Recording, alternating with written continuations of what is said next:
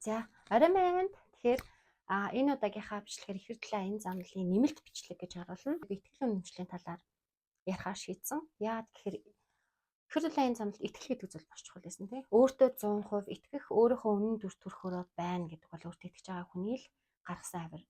Өөртөө хүн 100% итгэнэ гэдэг маань ихэр дүүлчин ч гэсэн өөртөө 100% итгэж байна гэсэн үг. Тэгээд хоёр бие биендээ итгэдэг хүмүүс хамтраад амьдрахаар ямар ч хууралт, ямар ч үнэнч биш байдал тийм зүйл гарахгүй гэсэн үг. Тэгэхээр итгэл үнэмшил гэж юу юм бэ? Итгэл үнэмшил гэдэг зүйл бол тухайн хүний сонголтын л асуудал байдаг. Ихэнхдээ. Таны амьдрал ямар байх нь танаас шалтгаална гэсэн үг. Та амьдралдаа юуг дуудаж, юуг цэцэглүүлэн тэр зүйлэл бий болдог. Итгэл үнэмшлээс шалтгаалж. Ам юуг дуудана амьдрал түгээр бэлхнэ гэж ярьдаг тийм. Үүнтэй адилхан та юунд итгэхээ өөрөө сонгоно л гэсэн үг. Яг ийм итгэл үнэмшил, тийм итгэл үнэмшил гэж бол байхгүй.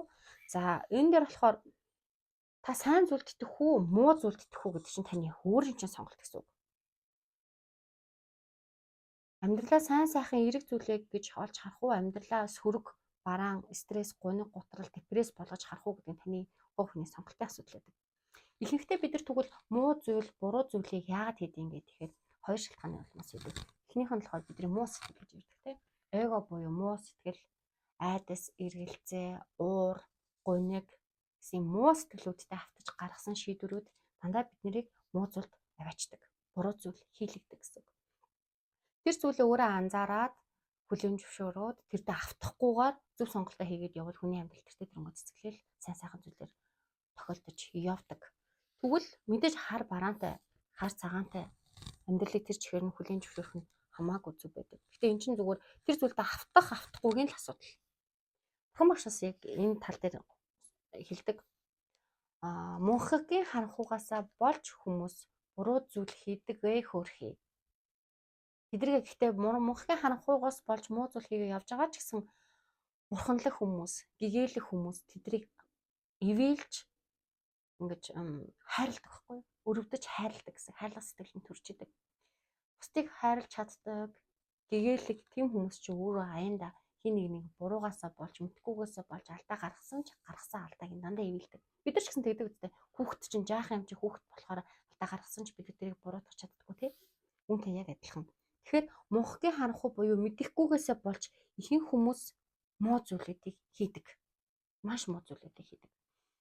Тэгэхээр та амьдралдаа итгэл үнэмшлээ юуг сонгож байгаас шалтгаална тий. Юунд итгэх үү, юунд итгэхгүй юу гэдэг чинь таны сонголтын асуудал. За тэнийг би нэг жишээн дээр авч тайлбарлая л да. Муу нухаар сайлчлаа гэдэг тий. 7 сард надад нэг зүйл тохиолдлоо. Нэг маш том зүйл тохиолдсон. Амь амьдралтай холбоотой, амь настай холбоотой, эд хөрөнгөтэй холбоотой, хайртай хүмүүстэй холбоотой маш том зүйл тохиолдсон.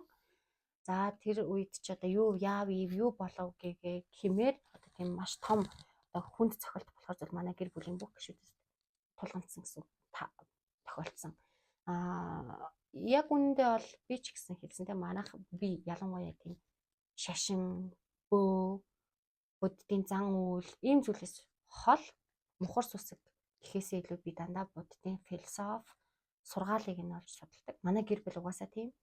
Манай аав хүртэл бит хоёр дандаа буддийн сургаал, буддийн философиг ярилцаж ном хаялцдаг. Манай ээж хүртэл юу гэж хэлдэг гэхээр хүн өөрийнхөө амьдралыг өөрөө л заалж явдаг. Заавал хүнээр ном уншуулаад цэцэл ном хийлгээд зүг чигээ заалгах шаардлага байхгүй.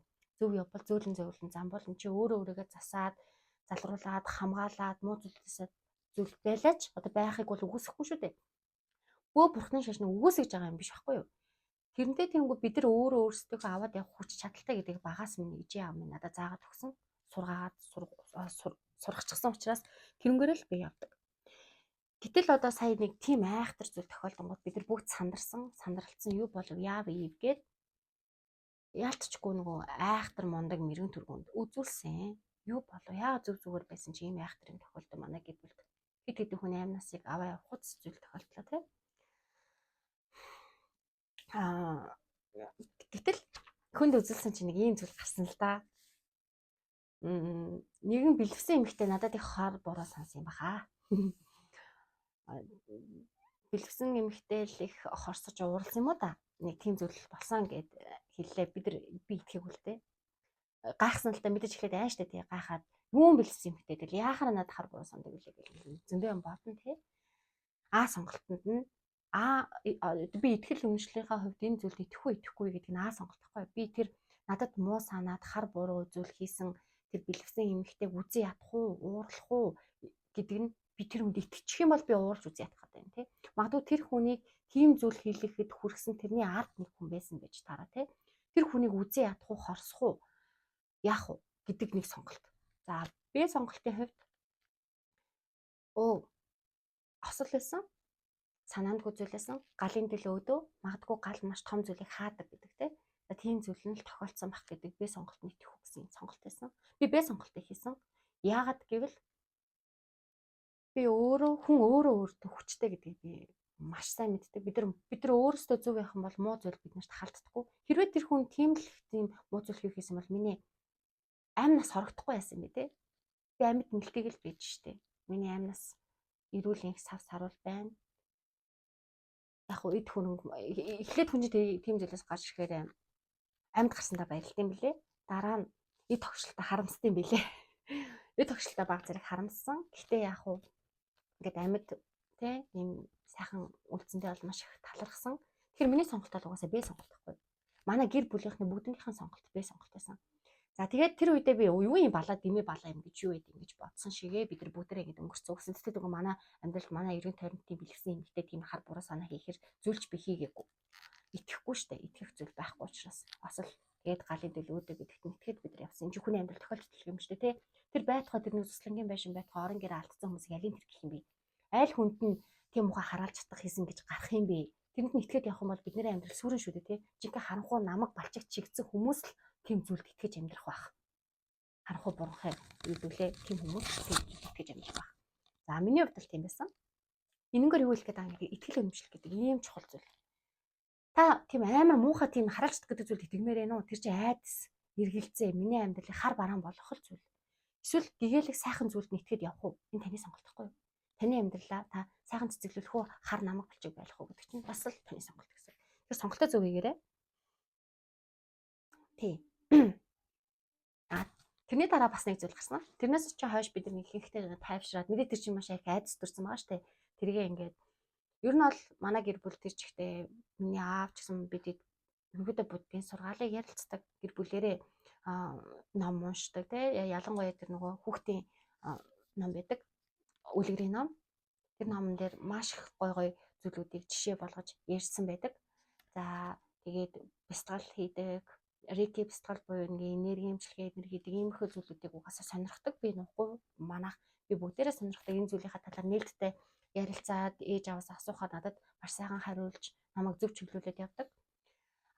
Тэгээд ингээд явж идэл ингээ тайвширч байгаа. Яг уу тэгээд ингээ тэр зүйл ингээ болдог юм болчлоо. Дараа харах хэмжээг аваад явж идэл сайхан намар нэг бас нэлээд сайн мэдлэгтэй хүн, зөв бэлэгтэй хүн надтай олон жил уулзчаад тэгсэн бас айхтар хараалж чадах хэдэг хүн байна да гэж миний ард нэг хүн байгаад ах юм гэж хэлжсэн. Тэр үед би айсан. Гэтэ айсан ч гэсэн надад ямар бодол төрсэн бэ гэхээр яг л намайг нөгөө чинь яг хараалж чадахтай итгэхгүй байгаа чи үний юм уу гэсэн шалгалт юм шиг надад санагдчихсэн. Тэр үедээ би гүү яалаа гэж тийм зүйл огтхон байдаггүй маа. Бид нэр өөрсдөө хүчтэй байх юм бол хинч бидэрт халдаж чаддаггүй. Угаасаа хардах ямар ч боломж байхгүй. Өөрөөсдөө бид хамгаалж чаддаг байхгүй юу? Тэгвэл энэ зүн бэлэг гэдэг зүйл рүү яриалаа тийм. Зүн бэлэг гэдэг чинь хүн байтугай амтан төртөл зүн байдаг. Зүнгийнхоо тусламжтайгаар тэр амтан амьдардаг. Бид нар ялангуяа монголчууд маш өндөр зүн бэлэгтэй байсан. Тийм ч учраас зүн бэлгийнхаа тусламжтайгаар тэд нар заяаныхаа ханыг төвөггүй холоод таньчдаг. Тийм ч учраас манай монголчууд дээр үеэсээ маш хүчрэхэг ард түмэн байсан баггүй юу? Гэтэл одоо яасан гэдэг тэр нөгөө зүн бэлгийнхаа чадрыг бүгд алдсан.